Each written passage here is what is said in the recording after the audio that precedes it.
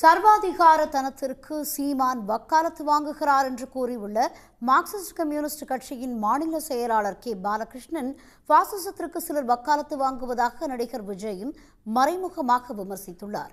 சென்னையில் Marxist communist அலுவலகத்தில் நடைபெற்ற என் சங்கரையாவின் 1ஆம் ஆண்டு நினைவஞ்சலி நிகழ்ச்சியில் பங்கேற்ற பின்னர் இவ்வாறு அவர் கூறியுள்ளார்.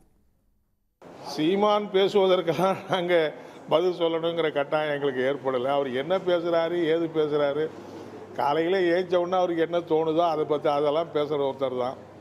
சர்வாதிகாரியாக இருந்தால் தான் மாட்டுக்கு செலவுனா போனால் அவர் ஹிட்லருக்கே செலவு வைப்பார் போல இருக்குது.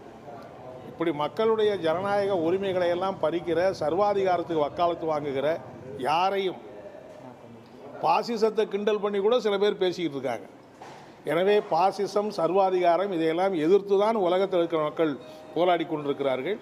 அந்த போராட்டத்தினுடைய ஒரு பகுதியாக இந்தியாவில், தமிழ்நாட்டில் நடக்குமே தவிர, சர்வாதிகாரத்தை ஆதரித்து பாசிசத்துக்கு வக்காலத்து வாங்கி பேசுகிற எந்த பேச்சையும் மக்கள் ஏற்க மாட்டார்கள் என்பதை நான் தெரிவிச்சுக்க விரும்புகிறேன்.